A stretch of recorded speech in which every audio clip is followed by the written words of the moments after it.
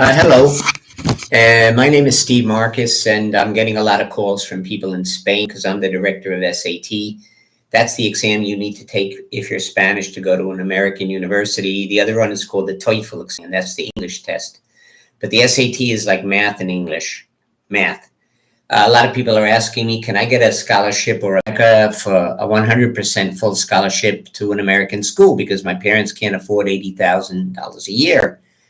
And the first question I ask them is, what's your grade point average? Like in your school, if a 10 is perfect, do you have a 9.8 or an 8.6 or a 7.2? Based on that, I can tell you, you can get a full scholarship at this university. But if you really want to go to that university, I might tell you, you don't have that. You won't get a full scholarship. You'll get a half scholarship or no scholarship, or they won't take you at all. Okay, over here, they'll take you with maybe a half scholarship. Here, they won't take you at all. And here, you'll get the full scholarship, but you might not like that school. So I put my cards on the table. I don't need your money, and you decide what you want to do. But everything begins with, the urine test, the pee-pee test. The doctor tells you, I need some pee-pee to look at it under a microscope. That's the first thing we do, your grade point average. Because if someone says, I want to go to Harvard, can I get a full scholarship? They got a 9.2 grade point average. They're not going to get any scholarship at Harvard. They might be accepted, but they're not going to get a scholarship. You got $80,000 a year if you don't got it, and that's only why you're coming to me. I don't want your money. Goodbye. But if you can pay the $80,000, if you don't get the scholarship and you got that 9.2, we can work with you. If you have a 9.8, you might get the scholarship. But if you have an 8.8, you won't get into Harvard no matter what. I can help you on the SAT get a very high score, but your grade point average is 50%. 50%. It's going to be lead in your life, not helium, lead.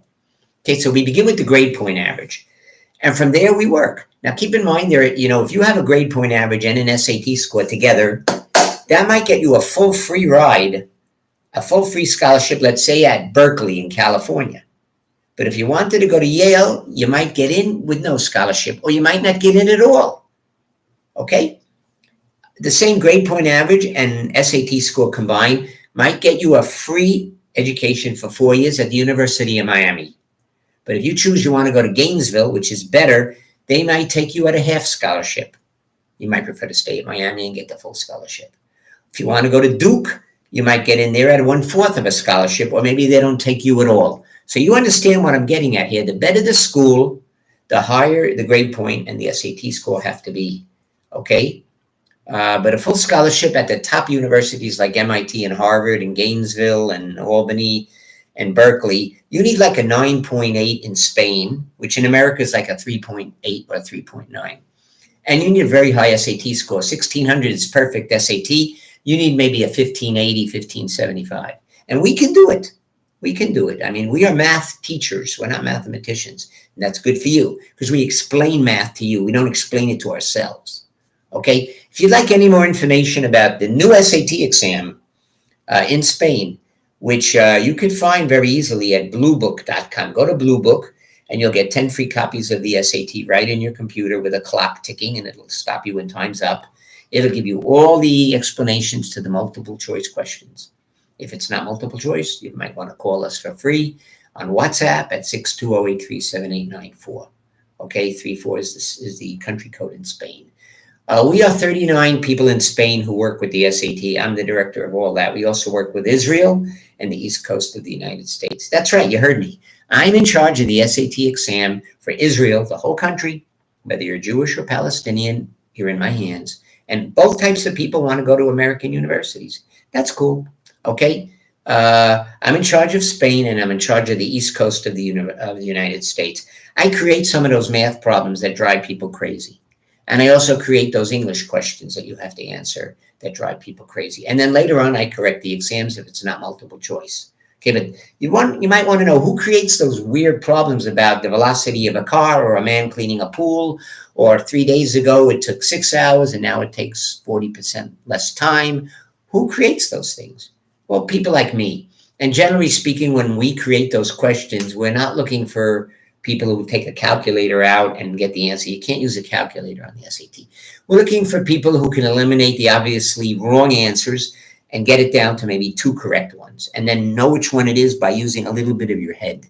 That's what we're looking for, people who can think. Let me give you an example. There is a triangle. Hello, triangle. Triangle has 3 sides, right? One side is 8. Can you remember the number 8? The other side is 5. And the third side walks into the room and we ask, third side, what is the smallest that you could possibly be? So the 8 and the 5 are standing there looking at the third side and saying, yeah, what is the smallest that you could possibly be? Well, if you decide 8 and 5 are a right triangle and use Pythagoras, you'll get an answer, but it's wrong. Because to tell you the truth, it's not a right triangle. I mean, shrink it and the third side gets smaller, right? Because a right triangle is going to be pretty big, shrink it. The answer is going to be less than that. And we're looking for people who can get the right answer. Now, obviously, the answer can't be 0 and it can't be negative. And it certainly could not be the number 1. You're not going to have an 8, a 5, and a 1, okay? The trick is to think quickly that if 8 is on the bottom and 5 is on the top, if that third side is a 3, the 5 and the 3 are going to fall down, touching each other's noses right on top of the 8. That's not a triangle. That's a line on top of a line. So if one is an 8 and one is a 5, that third side should be a little bit more than a 3. So that when they touch, they leave a little bit of space in there. That's a triangle. So the answer is bigger than 3, or could be 4 or 3.1. But it's multiple choice. Okay? Anyway, I'm Steve at 34, country code 620-837-894. We work with Harvard, MIT, Berkeley, Yale, University of Florida. That's the Harvard of the South. We also work with Duke, Chapel Hill, and UCLA, USC. We work with Arizona State University. That's one of the best computer science programs you'll find in America. It's new and it's great, great. But to get into Arizona State University in computer science for a BA, that's an undergraduate degree, you would need a grade point average in Spain of around 9.2. And you should have an SAT score of around 1550, 1560. The math part being 800, you should have over 750. We can do it. Go to Blue Book, download 10 copies of the SAT exam and give it a shot. See what you get. Don't call me, do it first, and then get in touch with me. Okay, bye-bye from Murcia, Spain.